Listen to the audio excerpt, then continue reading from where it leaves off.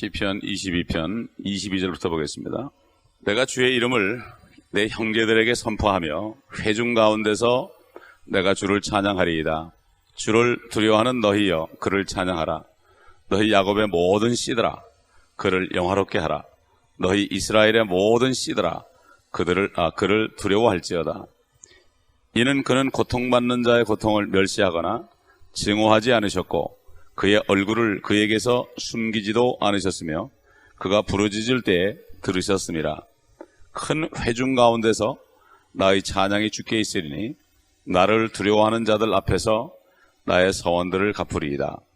온유한 자는 먹고 만족할 것이요 주를 찾는 자들은 그를 찬양할 것이니 너희 마음이 영원히 살 것이라.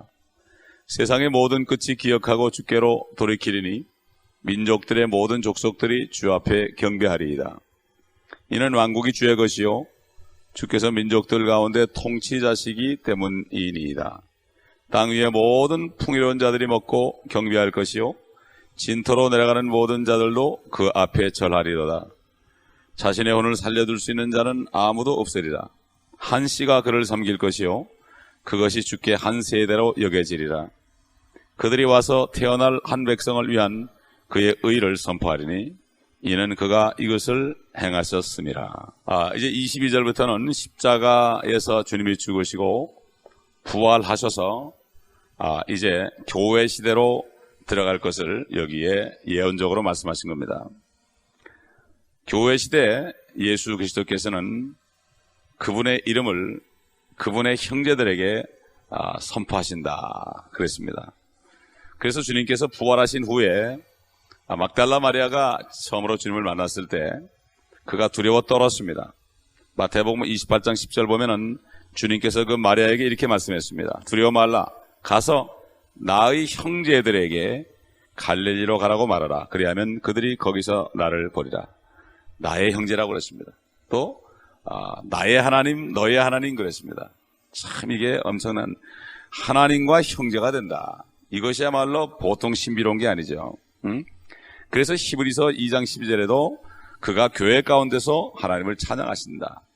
형제들에게 참 자신을 나타낸다고 선포한다고 히브리서 기자를 통해서 또 다시 한번 확증한 것을 볼 수가 있습니다.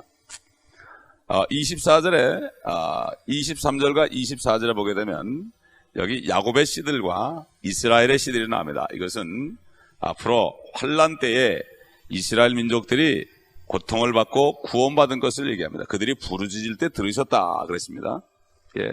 7년 환란을 예레미야 선지자를 통해서 야곱의 고난의 때다. 야곱의 고난의 때, 이스라엘 민족의 고난의 때입니다. 적그리스도가 이스라엘도 공격하죠. 모든 민족과 함께 공격합니다. 그들은 예수 그리스도를 믿지 않고 넘어가기 때문에 유대인들을 또 한 번 공격하게 돼요. 마지막으로 이것을 소위 3차전이다 이렇게 표현하는 사람도 있는데 2차 대전 때 히틀러 이상으로 그런 고통을 그들이 받을 것을 성경 여기저기에 나와 있습니다. 주님께서는 죄로부터 지옥으로부터 사망과 무덤으로부터 승리하시고 부활하셨습니다. 그리고 그분은 첫째로 유대인들에 대한 약속을 확증할 것입니다. 지킬 것입니다. 그래서 사도 바울을 통해서도 그리스도의 복음이 첫째는 유대인이에요. 둘째는 헬라인에게로다 그랬습니다. 그렇기 때문에 구원이 제일 먼저 이제 환란이 끝나게 되면 이스라엘 민족에 일어납니다. 에스겔서 37장 12절 이것은 환란 때에 모든 민족들 저 소련을 포함한 모든 민족들이 저 그리스도와 함께 이스라엘을 공격할 것을 얘기하죠. 거기에 이스라엘이 결국은 37장에 보면 마른 뼈들 같다. 완전히 죽은 시체라고 그랬습니다. 그런데 에스겔 37장 12절 보게 되면은 보라 오 내 백성아 내가 너희 무덤들을 열어서 너희의 무덤들로부터 나오게 하여 너희를 이스라엘 땅으로 데려오리라. 지금 이스라엘은 죽은 것과 비슷하죠. 1948년까지는 죽은 것과 비슷했습니다. 이제 소생돼서 싹이 났습니다. 모든 나라에 흩어져 있습니다. 그렇기 때문에 이스라엘 땅으로 데려오리라. 아모스 마지막 장 마지막 절에 보면은 한 사람도 남기지 않고 다 본토에 심으리라. 절대로 다시 거기에서 뽑히지 않을 것이다. 이렇게 얘기했습니다. 또 호세아서 13장 14절 보면 또 약속이 있습니다. 내가 그들을 음부의 권세로부터 속량하며 내가 그들을 사망으로부터 구속하려니 오 사망아 내가 네 재앙이 될 것이며 오 음부야 내가 네 멸망이 되리라. 회개가 내 목전에서 숨겨지리라. 이렇게 말씀했습니다.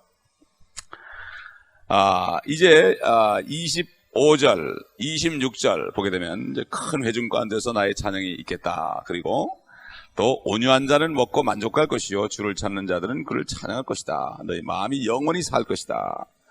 이것은 26절, 특별히 26절은 온유한 자가 나오는데 온유한 자에 대해서는 시편 37편 11절에 나오죠. 온유한 자들은 땅을 유업으로 받을 것이죠. 땅이라는 건 지구를 얘기해요. The earth. 땅을 유업으로 받는다. 우리 주님이 유업으로 받죠. 그러니까 주님의 형제들이기 때문에 함께 유업으로 받는다.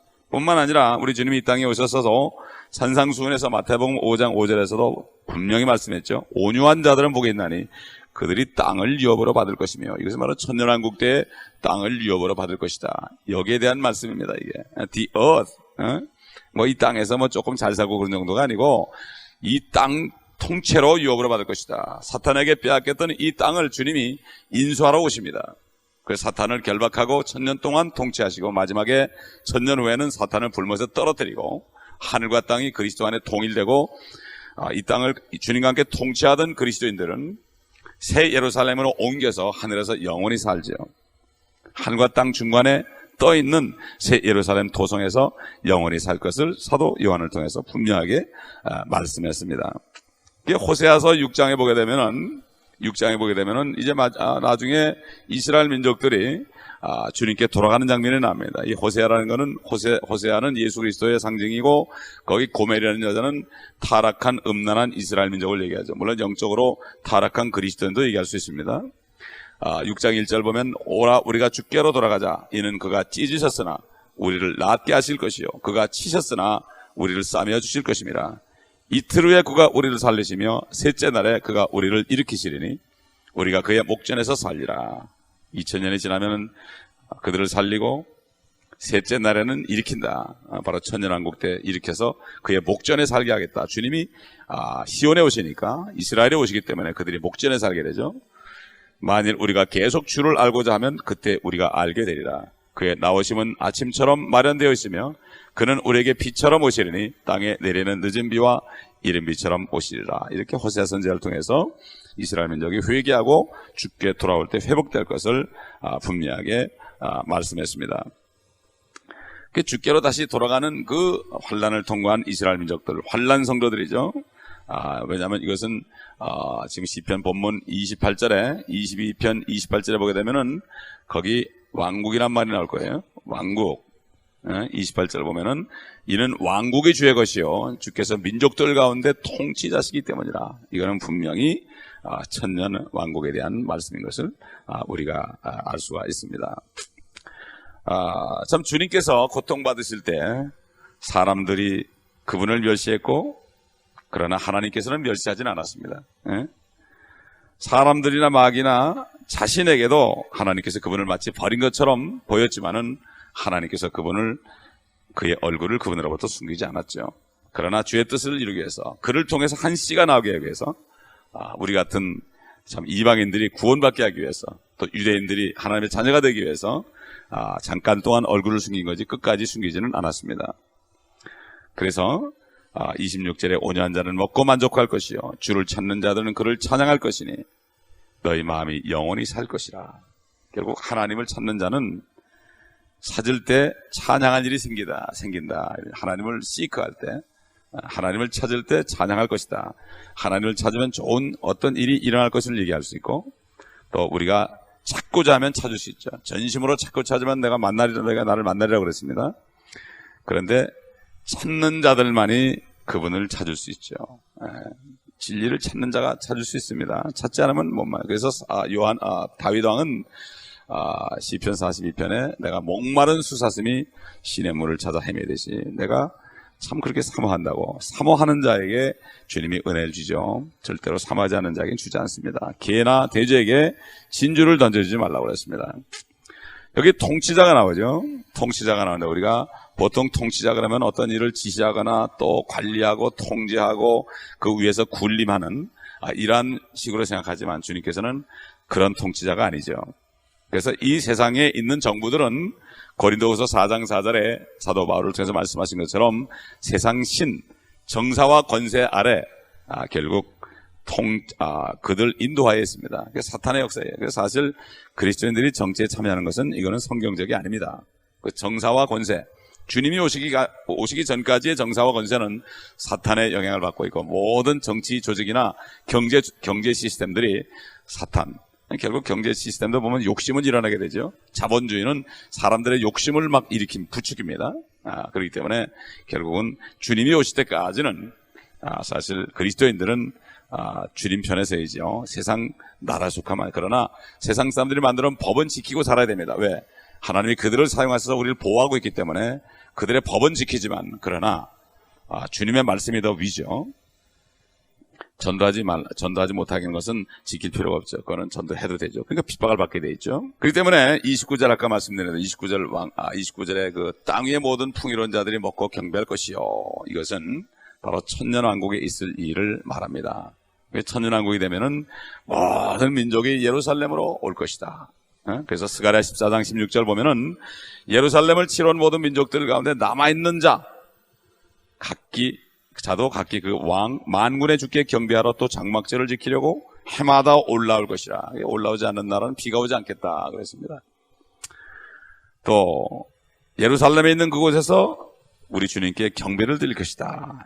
이사야서 2장 2절 보게 되면 또 거기에 대한 예언이 나오죠. 마지막 날들에 주의 전의 산이 산들의 정상에 세워질 것이요 작은 산들 위에 높여지리니 모든 민족들이 그것으로 몰려들 것이라. 참 엄청난 일이 일어날 겁니다. 지금은 테러의 이스라엘이지만은 앞으로 회복되게 되면은 테러가 없는 진짜 왕이 군림하고 전쟁이 없어지기 때문에 모든 사람들이 무기를 가지고 이제 농기구를 만든다고 그랬습니다. 유엔 본부 벽에 가면 그 미가 4장의 말씀이 기록되어 있는데 그건 자기들이 하는 게 아니죠. 유엔이 하겠다고 그러지만 그건 아주 유엔이 저 그리스도 합해서 하겠다고 그러지만 그건 뉴 에이지죠. 그렇기 때문에 절대로 우리는 거기 쏘면 안 됩니다. 그래서 지금 권세를 누리는 사람들은 여기 지금 본문에 있는 것처럼 진토로 내려가는 모든 자들 그 앞에 절할 것이다. 결국 그들은 진토로 내려간다. 그게 뭘까? 지금은 그들이 고개를 들고 참 하나님께 대적하고 그렇게 하지만 나중에는 고개를 숙여서 흙바닥에 엎드려서 주님 앞에 절할 것이다. 마치 요셉을 팔아넘긴 형제들이 창세기에 보게 되면 말이죠. 결국 요셉을 우리의 왕입니다. 우리의 통치자가 되십니다. 우리는 당신의 종입니다. 그러면서 고개를 숙여서 땅바닥에 엎드려 자는 것처럼 우리 요셉, 바로 우리 주님, 은에 팔려간 요셉처럼 은 30에 팔려간 예수 그리스도. 지금은 많은 세상 사람들, 정치인들은 무시하지요. 그러나 주님이 오시게 되면 그들이 무릎을 납작 엎드려서 진토로 날아갈 것이다. 그래서 빌립보서 2장 10절에 보게 되면은 하늘에 있는 것이나 땅 위에 있는 것이나 땅 아래에 있는 것이나 모든 무릎을 예수의 이름에 꿇게 하시고 모든 혀가 예수 그리스도를 주라 시인하여 하나님 아버지께 영광을 돌리게 하셨느니라. 참 얼마나 멋진 얘기입니까? 그럴 때 우리도 주님과 함께 있을 것입니다. 천사까지 심판한다고 그랬습니다. 자, 여기 중요한 얘기가 있습니다. 30절 보게 되면은 한 씨가 그를 섬길 것이요 그것이 주께 한 세대로 여겨지리라. 한 씨가 주를 섬길 것이다. 한 세대로 여겨질 것이다. 그런데 주님이 그 씨를 낳았습니다. 그게 뭘까? 이사야서 53장 10절에 나오죠. 주께서 그의 혼을 속죄제물로 만드실 때, 그러니까 십자가에서 우리 죄를 위해서 죽으시고 부활하셨을 때 그가 자신의 씨를 버리니, 자신의 씨니까 자신이 난 거죠. 그가 자신의 날들을 늘릴 것이요 주의 기쁨이 그의 손에서 번창하리라. 그들은 바로 주님이 낳은 씨죠. 그래서 영접하는 자, 그의 이름을 믿는 자들에게는 하나님의 자녀가 되는 권세를 주셨다. 그러면서 그들은 하나님께로부터 난 자라 그랬습니다. 하나님께로부터 난 자라. 참 기가 막힌 얘기. 하나님이 낳았다. 그래서 태어날 백성이 나오죠. 31절 보면 그들이 와서 태어날 한 백성을 위한 그의 의를 선포하리니 이는 그가 이것을 행하셨습니다. 태어날 백성, 이것이 바로 아까 말씀드린 대로 요한복음 1장 12절 13절 하나님께로 태어난 자, 영접해서 예수 그리스도를 영접해서 하나님의 자녀가 되어 이건 혈통으로나 육정으로나 사람의 뜻으로 나지 않고 하나님께로 난 사람, 주님이 하셨다 이거죠. 그래서 이건 이방인인 우리들을 낳으셨다. 이것이 바로 거듭남을 얘기합니다. 새로운 출생입니다. 니고데모에게 사람이 거듭나지 않으면 하나님 나라를 볼 수 없다. 성령과 물과 성녀로 나지 않으면 하나님의 나라에 들어갈 수 없다. 그러시면서 주님께서 요한복음 3장 14장에 광야에서 모세가 뱀을 들어 올린 것 같이 인자도 들려 올려지 하려니 이는 저를 믿는 자마다 멸망치 않고 영생을 얻게 하려 함이라. 여자의 씨와 뱀의 씨가 있습니다. 여자의 씨는 물론 예수 그리스도, 그를 통해서 우리를 또 낳았습니다. 뱀의 씨를 통해서 종교인들을 낳습니다. 바리새인, 사두개인, 율법사들, 서기관들을 낳습니다. 지금도 수많은 종교인들이 있습니다. 그래서 우리는 주님이 낳습니다. 참 얼마나 엄청난 얘기인지. 요한 시편 지금 22편 전체가 참 성경에 압축한 것을 볼 수 있고, 이제 23편 넘어가면은 주는 나의 목자시니, 이제 교회 시대 성도들이 받을 축복이 여기 나오게 돼 있고, 24장 가보면은 재림하는 예수 그리스도가 나오겠습니다. 이렇게 시편 안에 들어있는 그리스도에 관한 예언들을 모르게 되면은 정말 성경을 완전히 이해한 거라 볼 수 없죠. 그래서 주님께서 시편에 나에 관한 모든 기록이 이루어져야 할 것이다, 이렇게 말씀하신 것입니다. 이 말씀이 확실해야만 흔들리지 않고 이 땅에서 주님을 두려워함으로 정말 주님의 형상을 닳고 주님 오실 때 그분을 영광스럽게 만나기 위해서 떨림으로 하죠. 이 말씀을 깨닫지 못하고 진리의 지식이 없으면 금방 사그러지는 불처럼 사그러집니다. 기도원 가서 막 그냥 요동치고 나면 그때는 그런 것 같지만 또 사그러지는 것이 이런 소망의 말씀에 그 뿌리가 없기 때문에 그런 것입니다. 그래서 다들 컬컬하다고 그러고 그러죠. 컬컬한 이유는 말씀 안에 소망이 없어서 그렇습니다. 어떤 혼적인 감정에 의지하기 때문에 그런 거죠. 장작이 없을 때 불을 아무리 지펴봐야 타다가 말죠. 마찬가지로 우리는 말씀이 많고 또 이 말씀을 붙잡고 기도할 때 그 말씀의 성령의 불이 내려서 활활 타오르고 기름 부음 속에서 활활 타오를 때 우리는 소망 속에서 좌절하지 않고 끝까지 달려갈 길을 달려갈 수 있을 것입니다. 아버지 하나님 감사합니다. 오늘도 말씀을 통하여 앞으로 이루어질 확실한 예언의 말씀을 주셨습니다. 우리에게 일어날 일들을 성령께서 미리 다윗을 통하여 우리에게 말씀하신 것을 감사하며, 또 많은 아버지 사도들을 통하여 또 신약 성경을 기록함으로 확정하게 하신 것을 감사를 드립니다. 우리 성도들 말씀 안에 뿌리를 깊이 아버지 내리고 흔들리지 않는 믿음 가운데 세상 사람들처럼 아버지 스트레스에 시달리지 않고 우울증에 시달리지 않고 문제 때문에 공고하지 않고 그리스도의 능력의 말씀을 통해서 모든 것을 할 수 있으며 모든 것을 견딜 수 있는 아버지 십자가의 용사들이 될 수 있도록 하나님의 전신갑주를 입고 하나님의 그리스도의 군사가 될 수 있도록 주님 저들을 붙잡아 주시고 인도하여 주옵소서. 주 예수 그리스도의 이름으로 감사합니다.